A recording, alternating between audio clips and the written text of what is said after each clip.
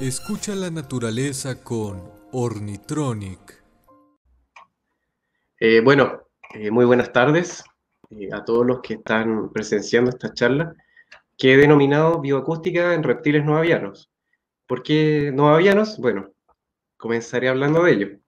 Pero primero veremos los temas que trataremos en esta charla, que espero hacerla en el tiempo adecuado, porque como sabrán, los reptiles tienen una riqueza muy amplia y por tanto esta clase abarca muchos grupos distintos.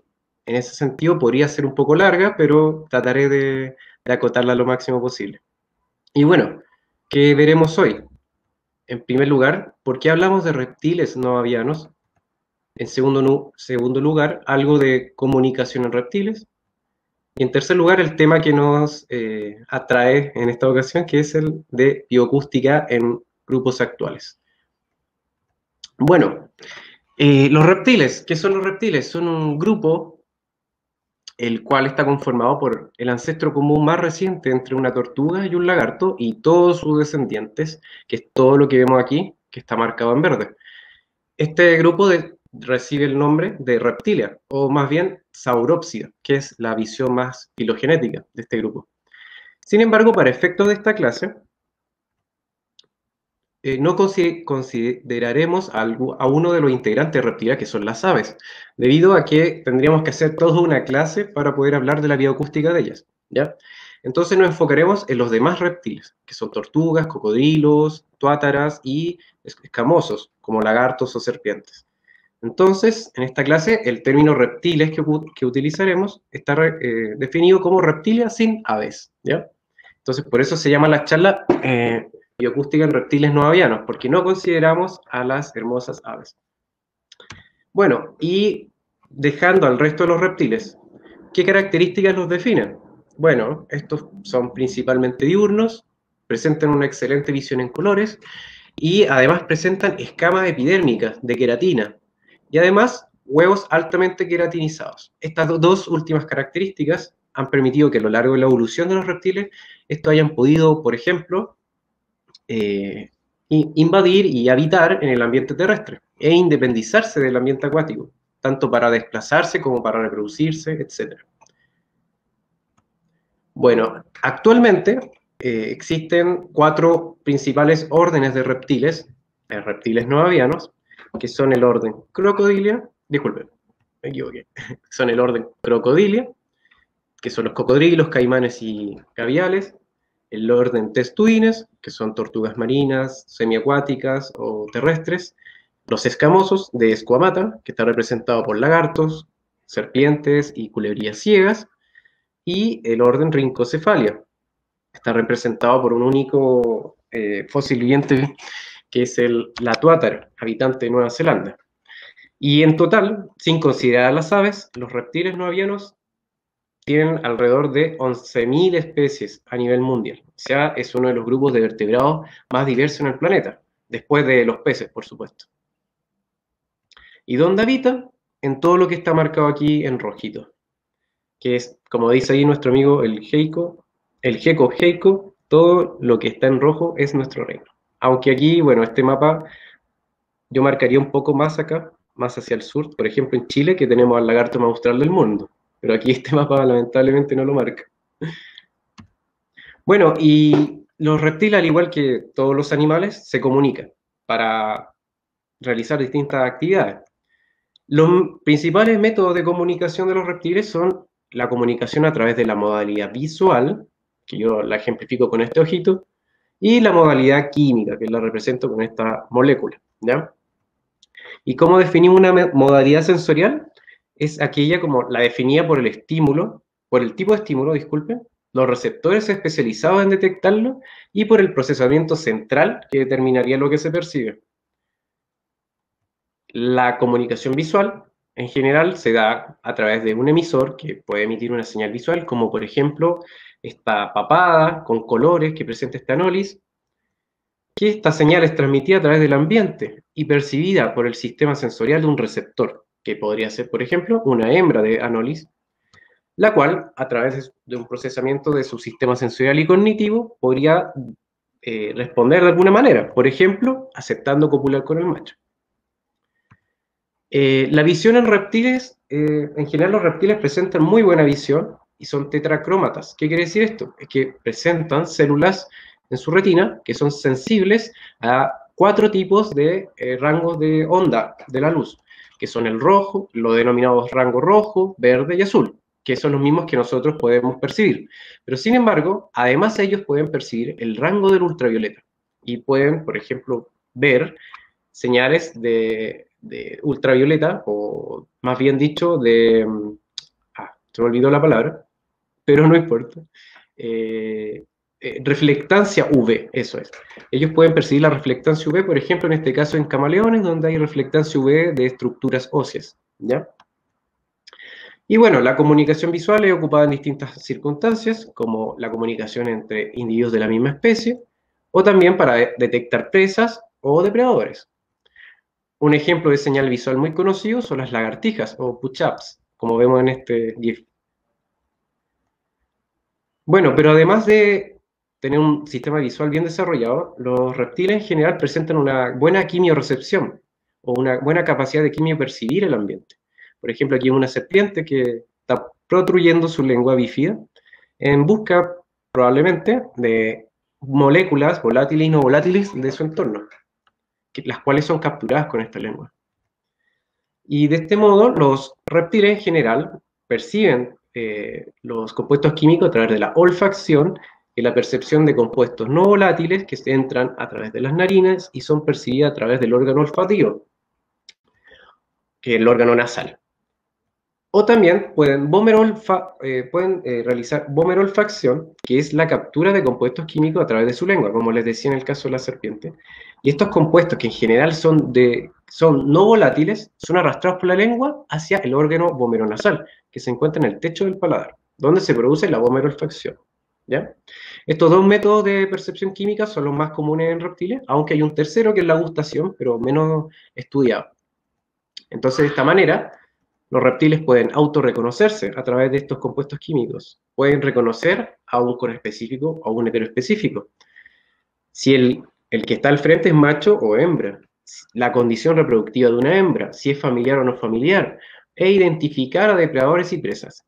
Y además un gran etcétera. Son muy químicos los reptiles.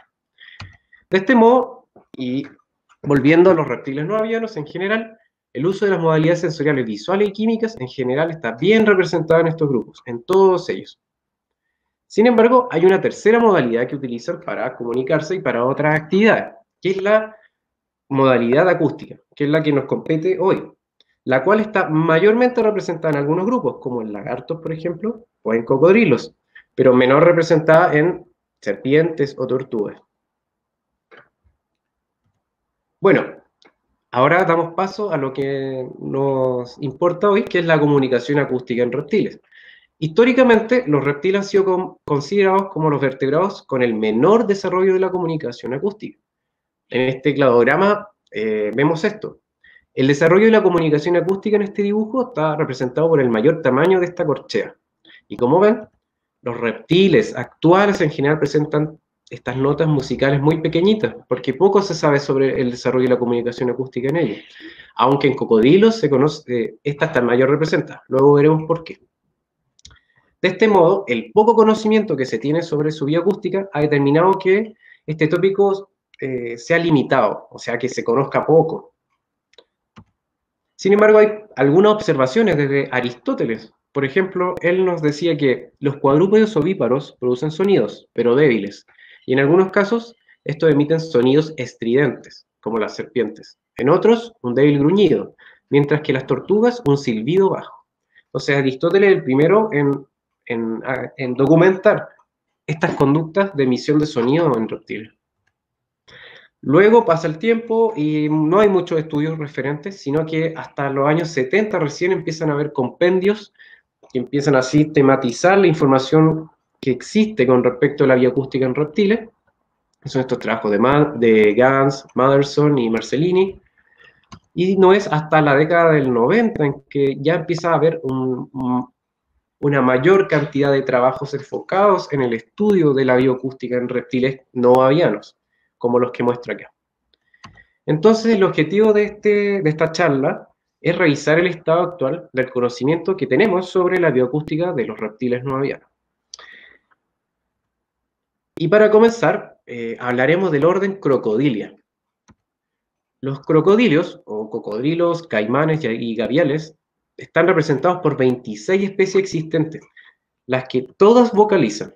Todas las especies de cocodrilos que hay en el planeta vocalizan. Sin embargo, hay algunas familias, como Alligatoridae, que tienen un mayor desarrollo de la comunicación acústica que las demás. A pesar de que todos los integrantes de Crocodilia vocalizan, existe un escaso conocimiento sobre su bioacústica, principalmente sobre los modos de producción de los sonidos, sobre la estructura acústica de las vocalizaciones que emiten, como también del procesamiento cerebral de la información auditiva y del rol específico que tendrían estas señales acústicas. Bueno, ahora yo les hablaré un poco de lo que se conoce en general sobre cada uno de estos aspectos en los crocodilios. En primer lugar, sobre la producción de llamados, los sonidos de cocodrilos son emitidos principalmente por la expulsión de aire a través de la vía aérea, que es expulsada por la glotis de su laringe. Sin embargo, los cocodrilos tienen una válvula que se llama válvula palatar en su boca, que evita, más bien dicho, la entrada de agua hacia el interior del animal. Entonces, para vocalizar, los cocodrilos tienen un control de esta válvula palatar que pueden abrirla para permitir la salida de aire y poder producir sonidos, ¿ya? Ese es el mecanismo general de producción en estos animales. Y aquí vemos una fotografía más específica sobre esta estructura, que está la glotis, que es la apertura de la tráquea, como dice acá, y aquí vemos la válvula palatal que cubre esta abertura.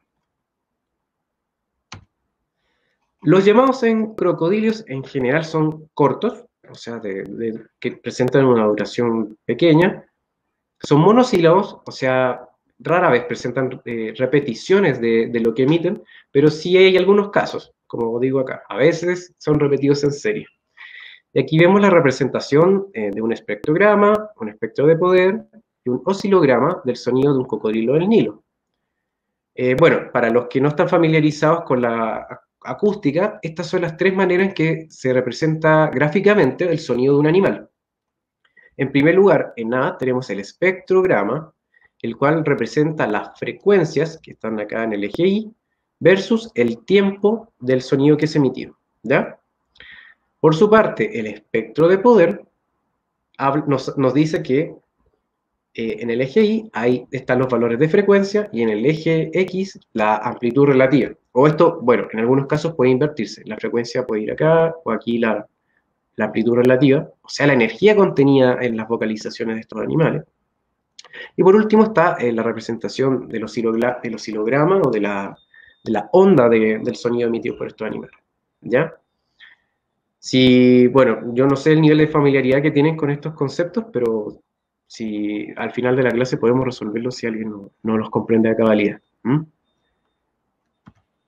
Bueno, y los crocodilios presentan interesantemente una variación de cuánto sonido emiten a lo largo de su ontogenia o a lo largo de su desarrollo, desde que nacen hasta que mueren. Y esta variación se da desde mayor producción de sonidos cuando son más pequeños y menor producción de sonidos o menor desarrollo del uso de sonidos cuando son más grandes, ¿ya? Y ahora les hablaré de cada una de las etapas de su vida y cómo estas etapas se relacionan con la emisión de sonido.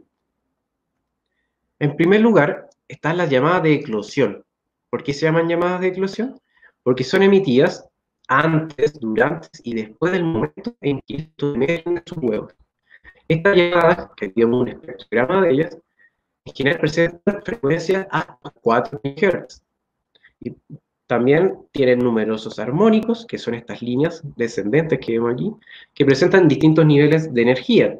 Por ejemplo, aquí los armónicos 1, 2 y 3, que están con colores más amarillentos o anaranjados, presentarían mayor energía que aquellos que están por sobre estos, que tienen un color más verde o azulado, ¿ya?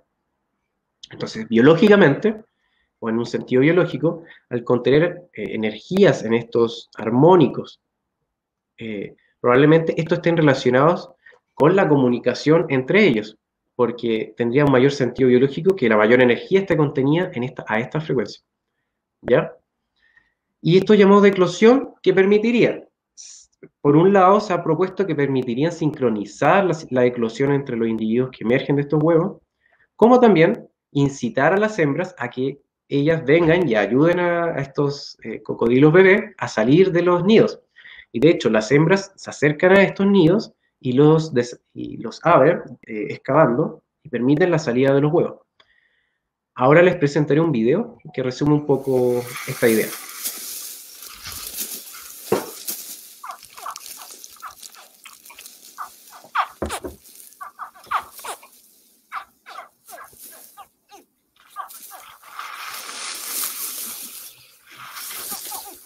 Back on the nest, she listens intently.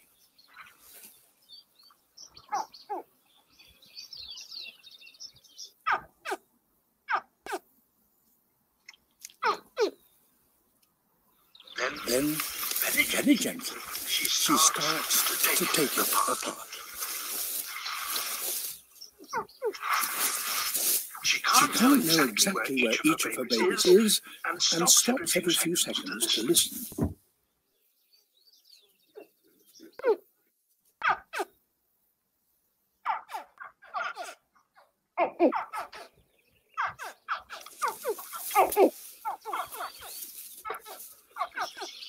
At last, the young are free. But she doesn't abandon them.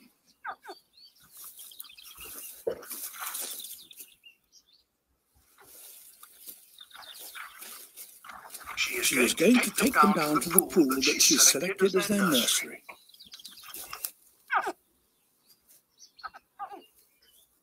Some babies start to make the journey for themselves, but they continue to call, and that helps their mother locate them.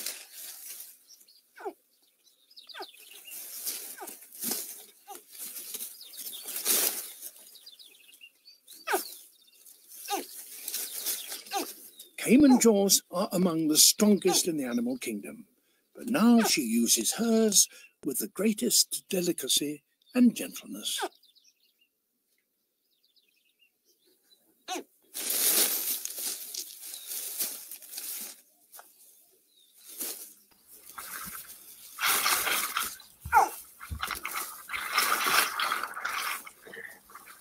Bueno, y de esta forma es como las hembras auxilian a sus crías para emerger de estos nidos comunitarios.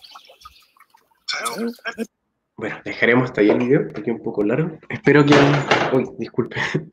Espero que se haya entendido más o menos el mensaje de que estos llamados atraerían a las hembras y estas ayudarían a las crías a emerger de los nidos. Pero bueno, a lo largo del desarrollo los juveniles empiezan a crecer y empiezan a emitir otros tipos de sonidos. En primer lugar están los llamados de contacto, que aquí vemos el espectrograma, que está la frecuencia en el eje Y y el tiempo en el eje X, que tienen numerosos armónicos que llegan aproximadamente a los 4 kHz y la energía está contenida más o menos alrededor de los 1000 kHz, ¿ya? O sea, los 1000 Hz. Y estos llamados son emitidos en situaciones no estresantes y permitirían la cohesión entre las crías de un mismo nido o entre las crías de distintos nidos, ¿ya? Es un llamado que serviría, o eso se ha propuesto, para agrupar a todos los integrantes del grupo, valga la redundancia. Además, estos animales emiten llamados agonísticos, o sea, llamados en situaciones de estrés, como los distress call, o también llamados de advertencia. Hay distintos tipos de nombres que se le han dado a estos llamados. Los distress calls, o llamados agonísticos, a diferencia de los llamados de contacto, presentan numerosos armónicos que superan los 4 kHz. Y aquí vemos, de hecho, que superan los 8 kHz y cuya energía está contenida a frecuencias más altas. Aquí, por ejemplo, están contenidas aproximadamente a los 3000 kHz. ¿Y cuándo son emitidos? Son emitidos principalmente cuando estos animales son atrapados por un depredador o ante una amenaza, ¿ya? Ante lo cual las hembras responderían y acudirían al auxilio de sus crías. Por ejemplo, se ha observado en este trabajo, donde dice el tamaño importa, hembras de cocodrilo reaccionan más al sonido de su cría más pequeña, ¿ya? ¿Qué se vio en este estudio? Que hembras del cocodrilo del Nilo responderían más ante un parlante que emite los sonidos de crías de menor tamaño que ante crías más grandes. O sea que, además de auxiliar a los cocodrilos bebés, la hembra discriminaría entre ellos y auxiliaría más a los que más la necesitarían, que serían los más pequeñitos, y no tanto así a los juveniles de mayor tamaño.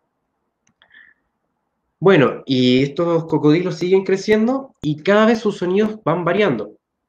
Y como vemos, los llamados de juveniles ya de mayor edad, pueden emitir estos llamados más ruidosos, que ya no tienen los armónicos que veíamos antes, aunque sí mantienen un ancho de banda más amplio, que sobrepasa los 10 kHz. Y también son emitidos en situaciones estresantes. Ya llegando a adultos, los llamados más característicos de estos animales son los rugidos, que son emitidos tanto por hembras como por machos. Aquí vemos un espectrograma de un rugido que ya se hacen más ruidosos, pero la energía que está mayormente contenida a frecuencias mucho más bajas, como alrededor de 100 Hz. Ven acá en el espectrograma que lo amarillo estaba más hacia abajo, ya no estaba tan arriba como cuando eran más pequeños. Y bueno, como les decía, está concentrado entre los 20 y 250 Hz. Y estos llamados pueden tener una duración que está cercana a los 1.7, 1.8 segundos, dependiendo del sexo, y presentarían una intensidad elevada de 90 decibeles SPL aproximadamente. Aquí vemos, este llamado era de un caimán negro. Y ahora les mostraré un video de un rugido de este caimán del Mississippi, de un caimán del Mississippi macho. Quiero que le pongan mucha atención, por favor.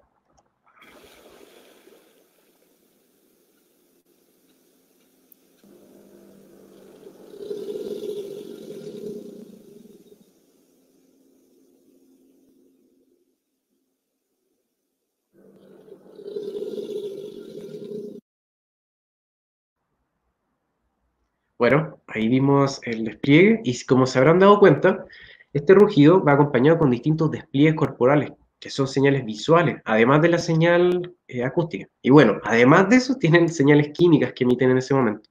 Pero toda la combinación de estas señales no se ha estudiado muy bien. Pero nos enfocaremos en las señales visuales y acústicas.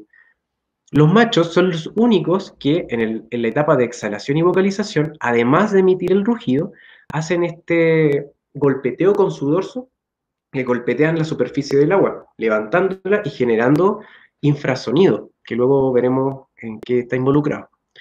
Pero las hembras, en esta etapa, que también rugen, no hacen este golpeteo del agua con su dorso. Entonces, además de emitir rugidos, estarían acompañados con despliegues visuales que además emitirían otros componentes sonoros. Bueno, ¿y para qué servirían los rugidos? Está propuesto que permitirían atraer o estimular a otros individuos, a menudo generando coros. Uno puede ver estos animales a veces en los cuerpos de agua agrupados, uno puede ver muchos machos agrupados que están emitiendo estos rugidos. La ocurrencia de rugidos, además de ser emitidas por machos durante la atracción de pareja, son emitidos durante el cortejo entre un macho y una hembra, durante la defensa territorial de los machos o de las hembras, y durante el cuidado parental. Por ejemplo, para ahuyentar a un depredador que está en el área, la hembra podría acercarse y emitir estos rugidos. Bueno, pero además las hembras emiten otro tipo de sonidos que son definidos como gruñidos, que, como les decía en un comienzo, pueden haber sonidos emitidos en serie, y este es uno de ellos. Como vemos en el espectrograma, que vemos que está emitido aquí 1, 2, 3 veces de manera continua. Sin embargo, no está muy clara la función que podría tener este sonido. Entonces se ha postulado que probablemente podría atraer a las crías y ayudar a la cohesión grupal.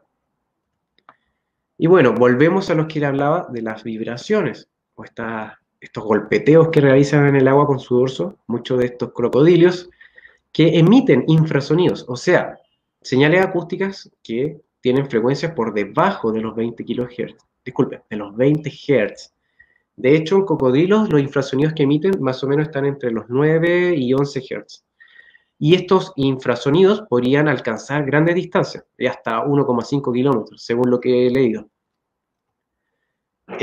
Se ha propuesto que podría tener un posible error en la atracción de hembras a larga distancia, porque, como vemos, esta señal solamente emitida por machos, entonces sería una señal honesta del sexo del emisor, como también del tamaño, porque no todos las especies de cocodrilo hacen o realizan esta conducta, solamente aquellas que presentan grandes tamaños corporales, que que les permiten estos tamaños corporales generar estos infrasonidos. Hay muchas especies de caimanes pequeñitos, como los caimanes yacaré, que hay acá en Sudamérica, que no emitirían estos infrasonidos durante la emisión de sonido, infrasonidos que acompañan la emisión de otro tipo de sonidos, debido a que su pequeño tamaño corporal no les permitiría golpetear el agua de una manera que genere infrasonidos. En cambio, estos de gran tamaño sí lo pueden hacer. Bueno, y el rol que podrían tener, aún está, se habla de roles posibles, pero trabajos que evalúan esto experimentalmente son pocos. Así que si a alguien le gustaría evaluar esto, se va a hacer famoso. Bueno, y pasando ya hablamos de lo que emiten. Ahora vamos a hablar de cómo perciben estas señales acústicas. Los cocodrilos en general presentan un aparato auditivo que es muy similar al de aves y lagartos. El esquema básico de este aparato está definido por una membrana timpánica, o sea, un tímpano, al cual está inserta una extracolúmena, que es cartilaginosa, la que a su vez está unida a una colúmela ósea. La colúmela sería el homólogo evolutivo del estribo, que comúnmente es conocido de esa forma, el huesecillo este de nuestro oído medio. Y esta colúmela ósea se inserta a su vez en la papila basilar, que es el órgano sensitivo de estos animales y que es homólogo evolutivamente al órgano de Corti de los mamíferos. Bueno, el aparato auditivo de cocodrilos presenta una adaptación al medio acuático que les protege de la entrada del agua, que son las solapas musculares, las cuales cubren la apertura auditiva de estos animales. Y bueno, aquí hay una imagen del mismo modelo auditivo que les mostré antes, pero con más detalle, para un cocodrilo. La sensibilidad auditiva de los cocodrilos en general es muy similar a la de otros arcosaurios, como las aves, aunque aquí vemos un espectrograma, disculpen, un audiograma de la sensibilidad auditiva de este caimán del Mississippi. La línea gris nos indica su sensibilidad auditiva, mientras que la línea punteada y la línea entera nos da la sensibilidad de este el loro, acá en Chile le decimos catitas, y acá esta curva entera nos da el audiograma de un gorrión común. Mientras, para los que no están familiarizados con los audiogramas, mientras más baja sea la curva, es mayor la sensibilidad para este animal.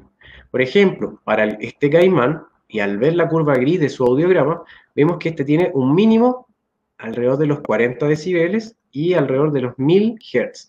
Es donde se da su mayor sensibilidad auditiva, la cual está un poco más abajo de la mayor sensibilidad auditiva que se da, por ejemplo, para estas aves, ¿ya? Aunque el rango de frecuencia a la cual responde su sistema auditivo es muy similar a la de estas aves, ¿ya? Y como pongo aquí, la mayor sensibilidad para esta especie de crocodilio estaría entre los 800 y 1500 Hz. Bueno, y además se ha visto que existe una correspondencia entre lo que emiten y lo que perciben. Si no, no habría comunicación entre estos animales. Pero bueno, hay que comprobar esto. ¿Y qué se hizo en este trabajo? Se evaluó tanto bajo el agua, que es la figura A, como fuera del agua, en la figura B, como el audiograma, que se representa por esta línea entera, que está aquí, el audiograma de una hembra, por ejemplo, de una hembra de esta especie, se corresponde con la intensidad de la vocalización de una cría, que es la línea punteada. Entonces vemos que tanto fuera como dentro del agua, la sensibilidad de esta hembra, que es la línea entera, se corresponde con la mayor intensidad de los llamados de la cría. O sea, que su sistema auditivo estaría totalmente acoplado a las principales características acústicas del llamado de estas crías. Bueno, y terminamos con los crocodilios. Y ahora pasaremos al siguiente grupo, que es más cercano a los crocodilios, que son los testudines. Los testudines, o tortugas, son populares en los estudios de emisión de sonido, pero principalmente por sonidos que son emitidos durante el cortejo y el apareamiento. Y bueno, ustedes conocerán este video, que es muy famoso.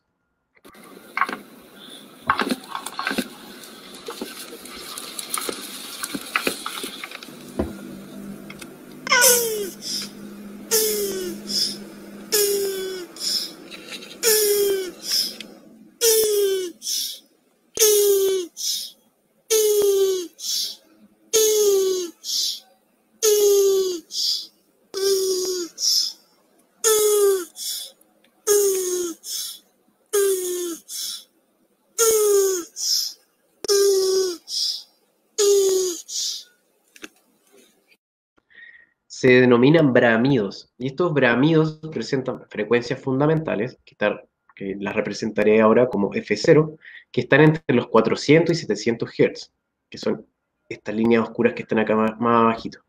Como verán también, la energía, o sea, mientras más oscuro se vea, más energía tiene en el espectrograma. Vemos que los primeros armónicos son los que contienen la mayor energía dentro de este llamado. Y esta está dada a frecuencias bien bajas, ¿ya? Entonces, estos sonidos del popular video se llaman brámidos. Y estos sonidos copulatorios son emitidos principalmente por la familia Testudinidae. Y bueno, ¿qué función tendrían estos brámidos?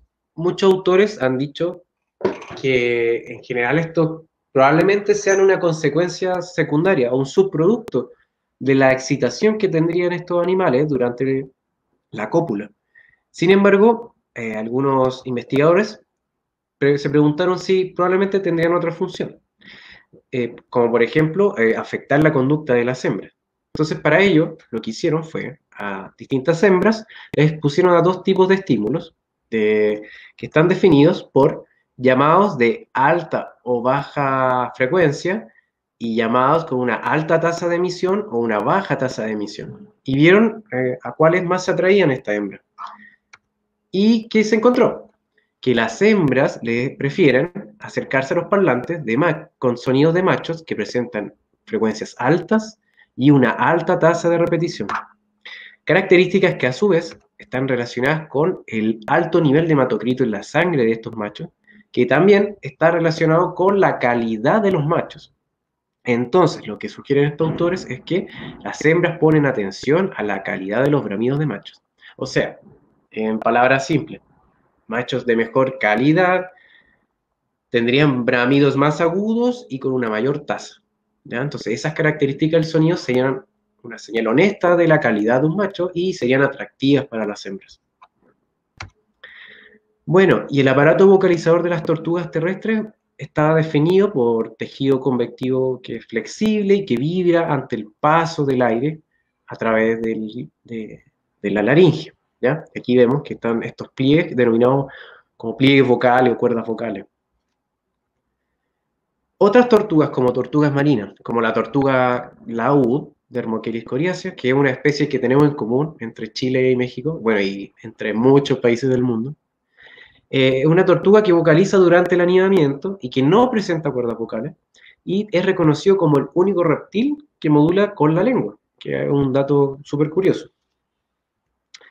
El aparato auditivo en muchas tortugas ha tenido una evolución independiente del tímpano. Por ejemplo, en Trachemis scripta, aquí vemos esta tapa, o una especie de tapa, que es como un círculo. No sé si la han visto, los que la tienen de mascota, lo han visto en el campo.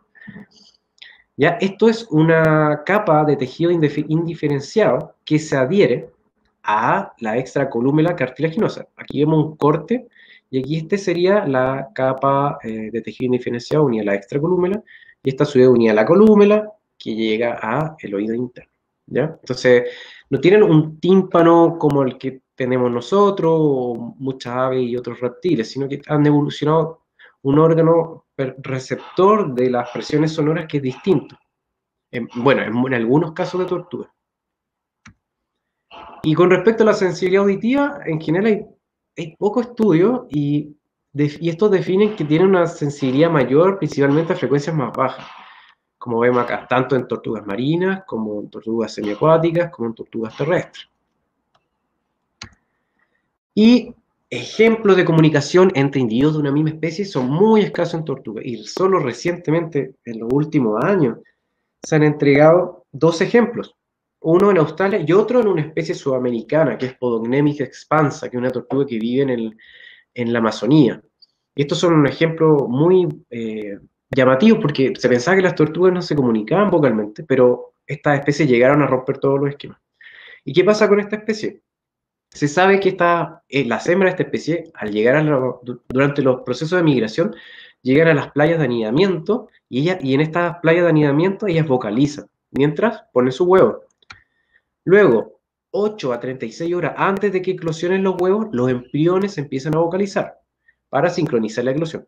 ¿Qué les recuerda esto? A los cocodrilos que vimos, ¿cierto?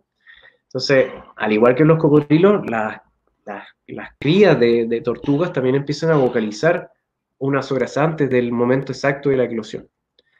Luego de emerger de los huevos, estas tortuguitas vocalizan al llegar al río y la madre responde a estas señales y acude en su auxilio.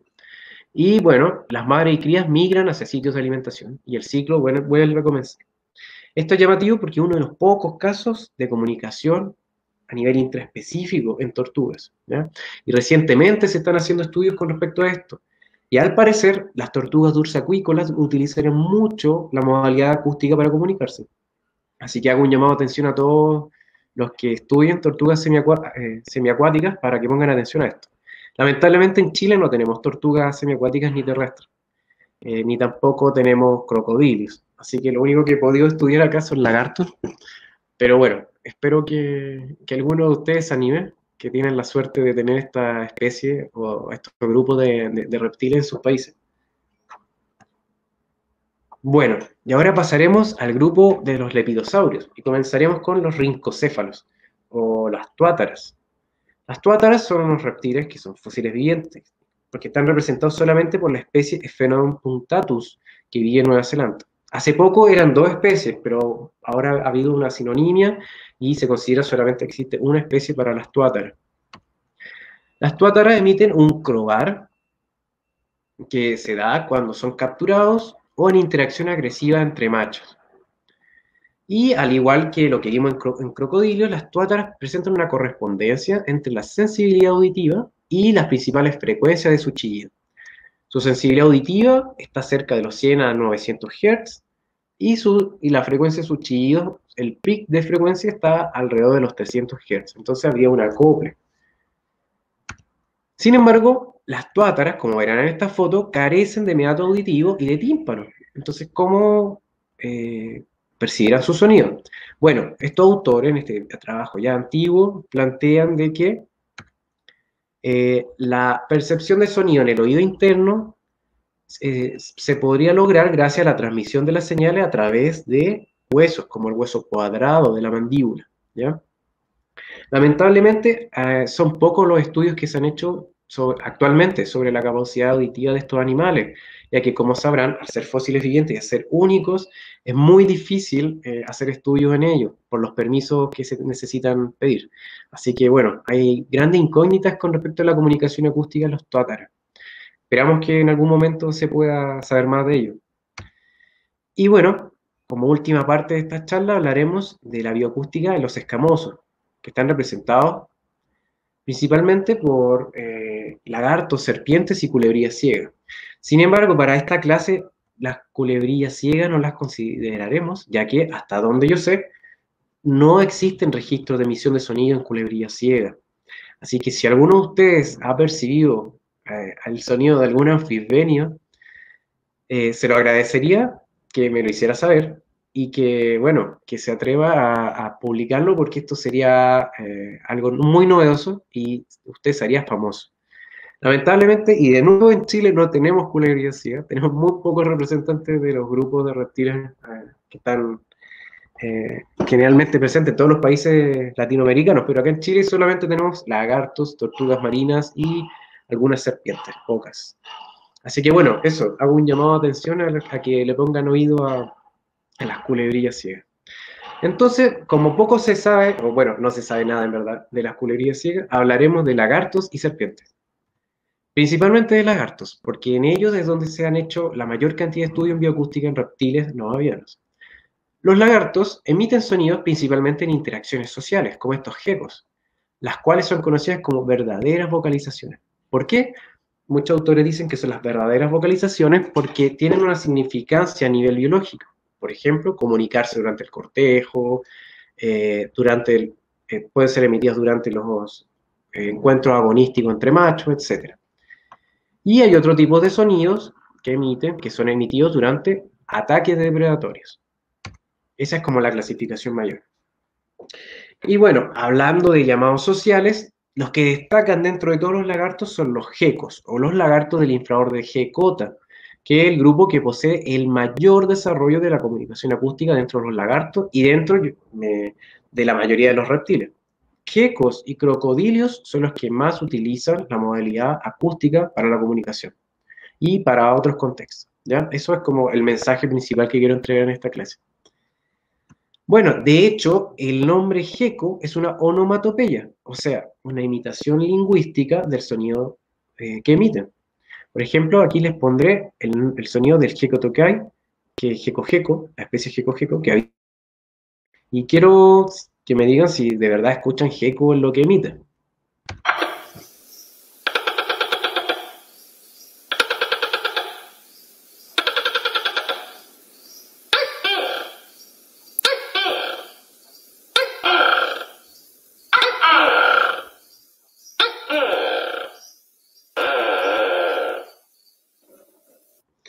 Bueno, yo sí lo escucho, algunos me dicen que no, pero bueno.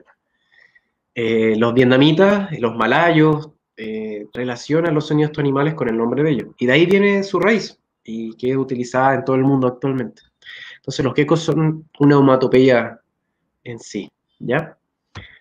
Bueno, ¿y cómo se llaman los llamados que acabamos de escuchar? Se llaman llamados de múltiples clics, porque escuchamos que tienen varias repeticiones de sonido, ¿cierto? Estos son los clics. Y son emitidos tanto por machos como por hembras, al igual que en cocodrilos. Característica llamativa, ya que en otros grupos de animales, como por ejemplo los anfibios, los anuros, por ejemplo, solo los machos en general emiten sonidos o estos llamados de advertencia. Bueno, en gecos, o en esta especie geco-geco, este llamado presenta distintas fases, la fase 1, la fase 2 y la fase 3.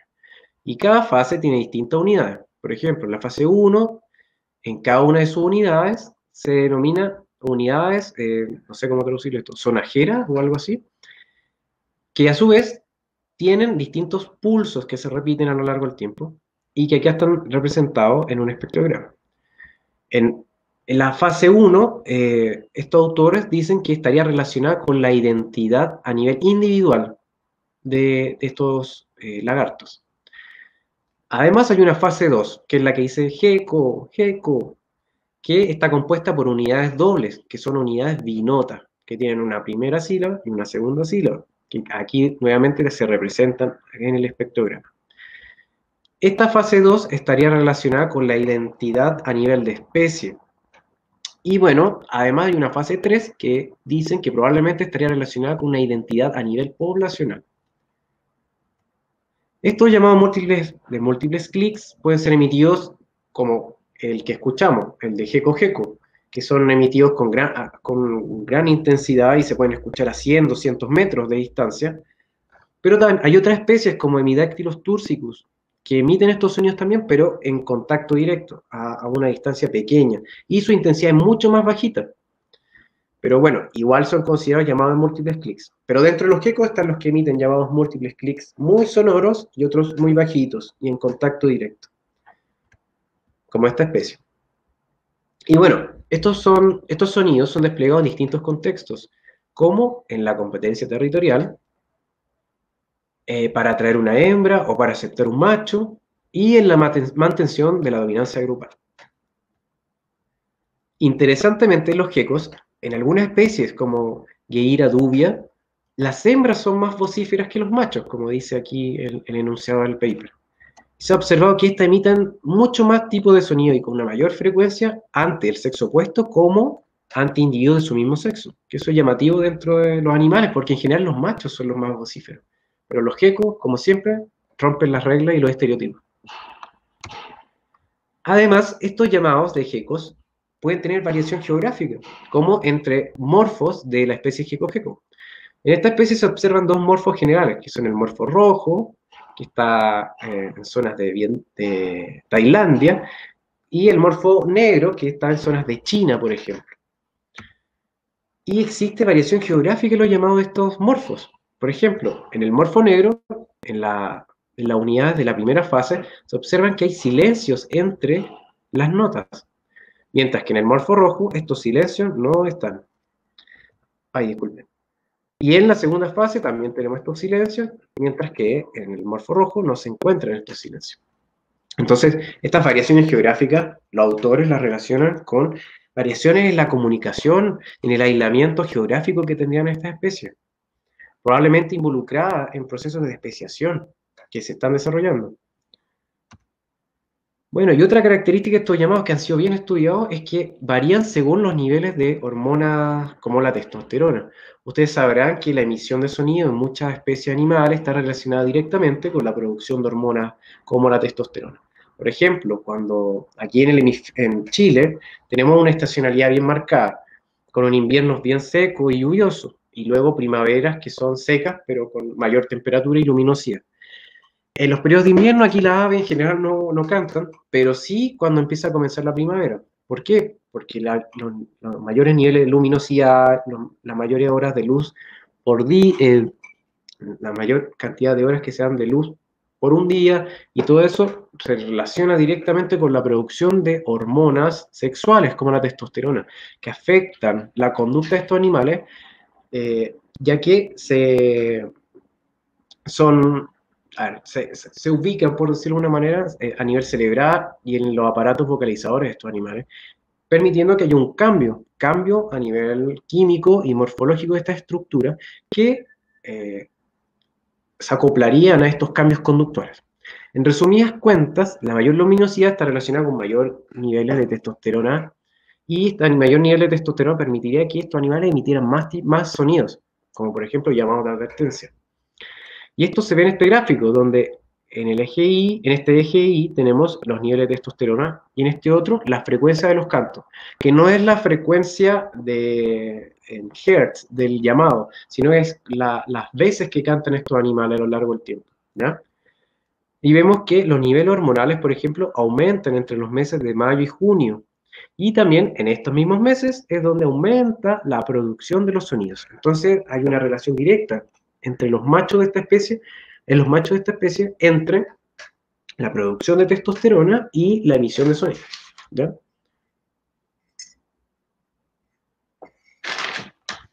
Bueno, y además de estos llamados de advertencia, estos gecos pueden emitir unos llamados que son los chirp calls o chirridos, no sé cómo, las traducciones son un poco complejas, que son emitidos en encuentros agonísticos, o sea, cuando pelean dos machos, como por ejemplo en la especie Midactylus mavoya se puede observar esto, y vemos un macho que su colita, y bueno, en estos contextos donde emiten estos chirridos cuando se golpean entre ellos, y son llamados de una nota, eso es lo importante de esto. Mientras que los llamados de advertencia o llamados múltiples clips, como dice la palabra, tienen múltiples notas. Bueno, esos son los llamados emitidos en contextos intraespecíficos, pero también hay unos que son emitidos en contextos antidepredatorios, como los llamados agonísticos distress calls, que son emitidos por presas al ser capturadas y permitirían repeler el ataque de un depredador. Estos sonidos son emitidos por gecos, pero también por numerosos otros tipos de lagartos. Por ejemplo, esta especie, que es una especie chilena, que habita en Chile y también en Argentina, que se llama lagarto llorón, que es Liolemus kiliensis, y este es su sonido. Como lagarto llorón, porque cuando es capturado emite un llamado agonístico o distress call. Aquí vemos el oscilograma y el espectrograma de este sonido. Como se darán cuenta, el espectrograma tiene numerosos armónicos, que son estas líneas, y que llegan incluso al rango ultrasónico. O sea, superan los 20 kHz, que es algo súper novedoso. Esta característica también ha sido observada en los distress calls de otros lagartos, como gecos. Bueno, y estos distress calls, o llamados de angustia, se ha observado recientemente en este estudio de Akins de 2019, que serían señales honestas. En este estudio se trabajó con la especie Samodromus algirus, que es un lagarto de la península ibérica, en España, en Portugal se puede encontrar. ¿Y qué vieron estos autores? Vieron que existiría una señal honesta del tamaño del animal y una señal honesta de la fuerza de mordida del animal. ¿Qué quiere decir esto? Que el sonido le dice a un depredador, oye, yo tengo un gran tamaño, o oye, yo muerdo fuerte. ¿Y cómo podemos representar esto? En estos gráficos, observados en este gráfico A, por ejemplo, que en el eje X dice que está el tamaño corporal, que está resumido por el SVL, que es largo desde el hocico a la cloaca del lagarto. Y en el eje Y, la frecuencia dominante, o la frecuencia donde se encuentra la mayor energía. Y se observa que hay una relación que es significativa e inversamente proporcional. Disculpen, inversa. en donde animales con mayores tamaños corporales emiten frecuencias dominantes más bajas. O sea, mientras más grande soy, emito sonidos más graves, ¿ya? Entonces, el sonido que emito es una señal honesta del tamaño que tengo. Y además se vio que la fuerza de la mordida también se relaciona con la amplitud del llamado, pero de manera directa. O sea, que animales que presentan tamaños corporales más grandes presentan mayores amplitudes corporales y además presentan una fuerza de mordida mucho mayor. Entonces, en resumen, ellos ven, como les dije antes, que este lagarto emitiría sonidos que serían una señal honesta de las capacidades, por ejemplo, para arrancar, que está totalmente conectado con el tamaño corporal, y capacidades para morder. Además, estos autores vieron que existía una correspondencia entre las capacidades auditivas de potenciales depredadores, como se ven aquí, desde el humano, aves rapaces hasta serpientes, con sus características del llamado, que son estos rectángulos verdes que ustedes ven aquí. Y en general, se observa que existe un acople entre las capacidades auditivas que están dadas por estas líneas negras, de estos distintos vertebrados, con lo que emiten el llamado este lagarto. Sin embargo, como verán ustedes, la capacidad auditiva de las serpientes no se acopla directamente con lo que emite el lagarto. Y eso lo veremos después, el por qué pasa esto. Sin embargo, este análisis son una revisión bibliográfica de las capacidades auditivas de estos animales y no necesariamente han evaluado la respuesta específica de los depredadores para corroborar su función deterrente. Entonces, esto es un trabajo que hay que hacer, porque se dice que los distress call pueden evitar el ataque depredatorio, pero esto no se ha evaluado en general. Es una presunción más que nada. Bueno, y además, los lagartos no gecos también emiten otro tipo de sonidos, como durante el cuidado parental, como este Tigolonotus gracilis. Ahora vamos a escuchar el sonido de la hembra.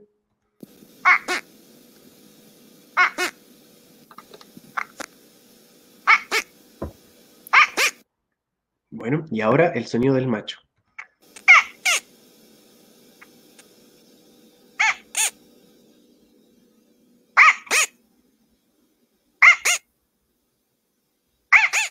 Bueno, estos sonidos son emitidos por esta especie cuando son molestados. Principalmente los machos, cuando uno los molesta, emiten estos sonidos. Pero las hembras lo hacen además cuando ellas tienen sus huevos y los cuidan y emiten estos sonidos. Entonces hay cuidado parental relacionado con la emisión de sonido. Bueno, el aparato vocalizador de los lagartos, en general, es muy similar al de las otras especies que hemos mostrado. Las cuales tienen una tráquea que está conectada a la laringe, y esta laringe tiene una apertura que es la glotis, por donde sale el aire, y que el control del movimiento de la glotis está dada por el músculo dilator, y la compresión de la laringe por el músculo constrictor. Aquí vemos otra imagen de la tráquea y la laringe y la glotis de estos lagartos. Y el aparato auditivo tiene en general el mismo diseño en términos amplios que vimos anteriormente para cocodrilo o aves. Sin embargo, presentan además los lagartos, es muy curioso, presentan gran variación en su aparato auditivo, en distintas estructuras, y en diferentes grupos de lagartos, como iguanios, geconios o escincios. Además, presentan gran variación en su aparato auditivo a nivel interno, en su papila basilar, o sea, su órgano sensitivo. En humanos, por ejemplo, la papila basilar tiene algo que se llama tonotopía, que es que según la parte de la papila basilar, o en nuestro caso el órgano de Corti, según el lugar donde nos paremos a lo largo de esta papila basilar, van a haber células sensitivas a distintas frecuencias. En humanos, por ejemplo, en la parte más basal de la papila, disculpen, del órgano de Corti, las células sensibles responden a frecuencias más altas, mientras que la parte apical responden a frecuencias más bajas. Sin embargo, esto, por ejemplo, en gecos es totalmente al revés. En gecos, en la parte más basal, estas responden a frecuencias más bajas y la parte más apical a frecuencias más altas. Y esto se denomina reversión tonotópica, que es única entre los amniotos. O sea, son los únicos vertebrados que realizan o que tienen estas características auditivas. Es muy interesante, que ahora con un grupo de investigadores vamos a tratar de dilucidar. Bueno, y la sensibilidad auditiva de los lagartos en general está entre los 0,1 y 8 kHz. Y habría, por lo tanto, poca variación en la sensibilidad auditiva de esto, a pesar de la gran variación estructural que hemos visto. Entonces hay grandes preguntas como, ¿por qué hay tanta variación estructural si al final la respuesta es la misma? ¿Habrá alguna evolución neutral de la estructura auditiva involucrada en la percepción? Eso, bueno, hay que dilucidarlo en el futuro. Pero lo llamativo y el mensaje que quiero dejar aquí es que la estructura auditiva de lagartos en general es muy variable en comparación a otros grupos de vertebrados. Y bueno, ejemplos de sensibilidad auditiva extremos en lagartos son dados por el género Delma, que son este grupo de gecos. Sí, son gecos, no son serpientes, son gecos sin patas, los cuales tienen capacidades auditivas bien altas o bien máximas entre los lagartos. De hecho, tienen un límite máximo de sensibilidad alrededor de los 14 kHz, que eso es mucho para un lagarto. Y además presentan 2 pics de sensibilidad, que solo esto había sido anteriormente visto en murciélagos. Y si comparamos, por ejemplo, el rango de frecuencia a la cual responden, Delma pax, que es esta especie, que se representa por la línea verde, presenta un rango de frecuencia al cual responde que es mucho más amplio, incluso que el de canarios o el de lechuzas, por ejemplo.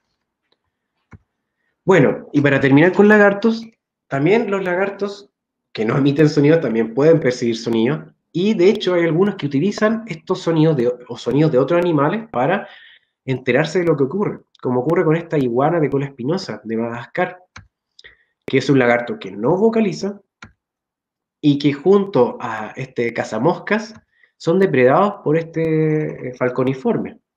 El cazamoscas, al observar o al tener noción de que está el falconiforme en el área donde vive, emite llamados de alarma ante este depredador, que son emitidos hacia sus conespecíficos. Sin embargo, estos investigadores, Ito y Mori, en el año 2010, documentan que estas iguanas al parecer responderían al llamado de alarma de otros. Entonces, esto fue lo que evaluaron. ¿Y qué hicieron?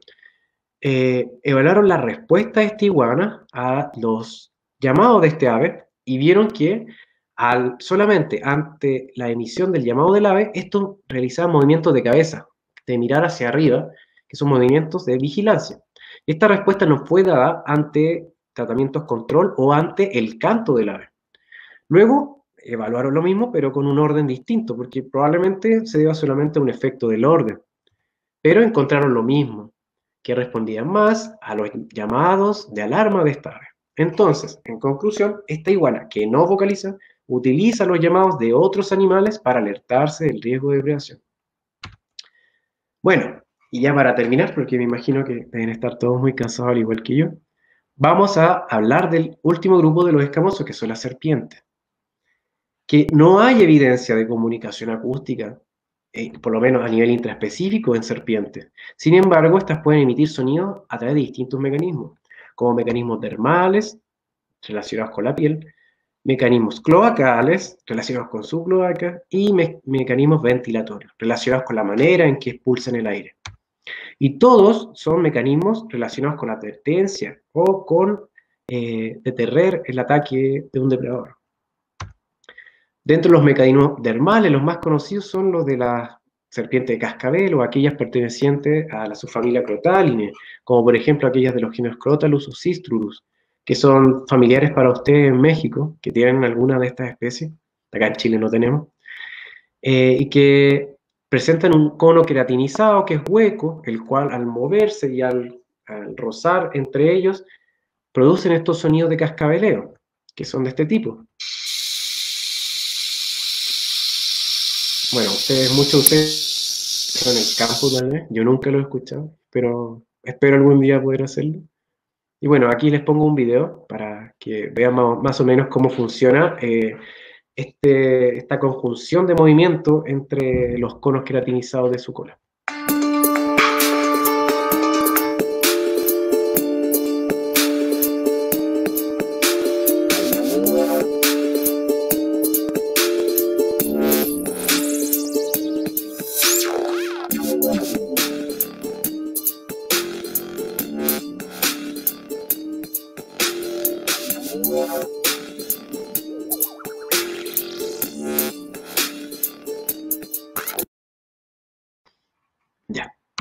Eso ha sido, entonces, mecanismos dermales.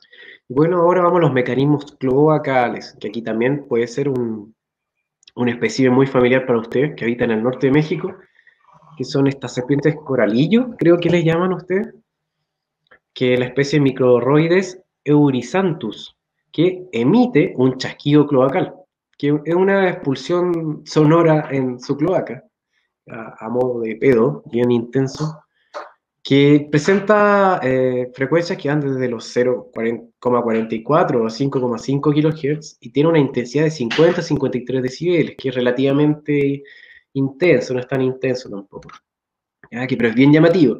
¿Y cuándo emite este chasquido cloacal? Según lo que he leído, lo emite cuando es tomada por algún potencial depredador o cuando se ve perturbada por uno de ellos. Bueno, y por último se encuentran los mecanismos ventilatorios. Un ejemplo de ellos son los siseos o expulsiones de aire forzada, que se encuentran dentro de los 13, entre los 3 a 13 kHz. Y estos llamados no presentan modulaciones de frecuencia ni de amplitud, ni presentan armónicos y son similares a un ruido blanco, como los que emite esta cobra rey.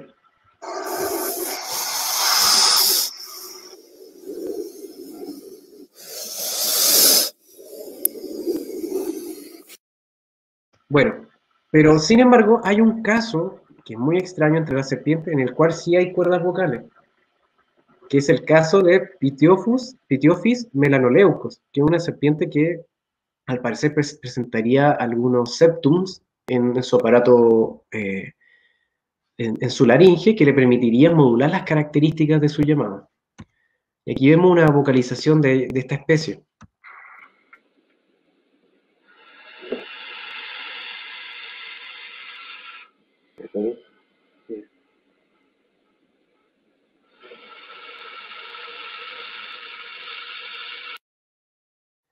Bueno, hay pocos ejemplos entonces de emisión de sonido en serpientes y además las serpientes en general son poco reconocidas por sus capacidades auditivas y de hecho son popularmente conocidas como animales sordos, principalmente porque carecen de tímpano.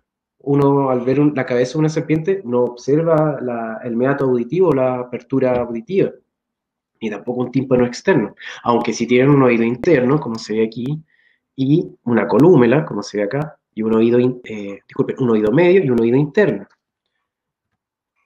Y para finalizar esta charla, la audición en serpientes está definida de dos formas, una audición somática y una audición del oído interno. La audición del oído interno es sensible en general a frecuencias bajas, baja a los 500 Hz. Entonces, más que nada las serpientes responderían a frecuencias bajitas, a vibraciones bajas del medio. Y bueno, también se ha definido una audición somática, que es la audición a través de mecanorreceptores o a través de la percepción extraauditiva, por decirlo así. A ver, ¿qué quiero decir con esto? Que hay una percepción corporal de vibraciones que se transmiten a través del cuerpo, a través de las vías aéreas, a través de los huesos, que pueden llegar al oído interno. Y estas sensibilidades medidas en el cuerpo, en general, son poco sensibles, pero responden a un amplio abanico de frecuencias para una serpiente, que pueden llegar a un poco más allá de los 1000 Hz, ¿ya? Entonces habría una audición más sensible del oído interno, que respondería a muy baja frecuencia, y una un poquito más amplia, pero menos sensible, que estaría respondiendo a elementos corporales. Aunque, sin embargo, hay que estudiar más estos elementos, ¿ya? Y bueno, resumiendo, existen más preguntas que respuestas. En general, estos últimos años ha habido más conocimiento con respecto a la vía acústica de reptiles, pero por categorizarlos como animales mudos, en general no han sido estudiados. Así que el mensaje que yo quiero transmitir con esta charla es que sí emiten cosas y que sí hay que estudiarlos, porque representan un gran porcentaje de la biodiversidad de vertebrados en la Tierra. Y la manera de comunicarse a través de señales acústicas es algo muy novedoso, pero que probablemente esté ampliamente difundido en estos animales, pero no lo sabemos porque no se estudia. Así que invito a todos a animarse a estudiar esto, y si tienen registro o algo, a que se contacten, que me hablen y que, no sé, que se logre documentar esto de alguna forma, ¿ya? Bueno, agradezco a las fuentes de financiamiento que me han ayudado con la investigación de estos últimos años, a distintas personas que han estado ahí ayudando, tanto en terreno como a nivel familiar.